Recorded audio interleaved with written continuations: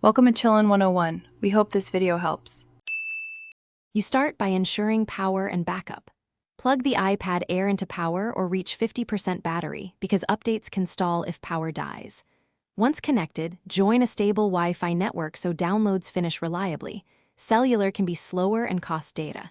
Next, back up your device, iCloud or a computer, so you can restore if something goes wrong. After backup completes, open Settings, tap General, then Software Update. This begins the actual update check and prepares the download. You will now download and install the update. Tap Download and Install. The system verifies available storage and then downloads files. This can take minutes to an hour depending on size and connection. While installing, the iPad Air may restart a couple of times. That's normal. Make sure to keep it plugged in and on Wi-Fi so the process doesn't pause. If prompted, enter your passcode to start.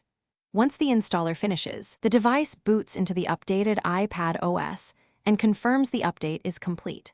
You finish by confirming the new version in Settings under General. About this verifies success and shows the version number. If the update fails, reboot the iPad and try again. Often that clears temporary errors. Make sure you have 1 to 2 GB of free space because low storage causes many failures.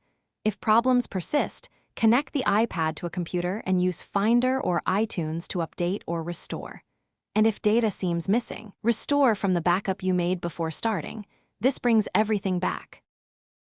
Thanks for watching. Consider subscribing if we helped you.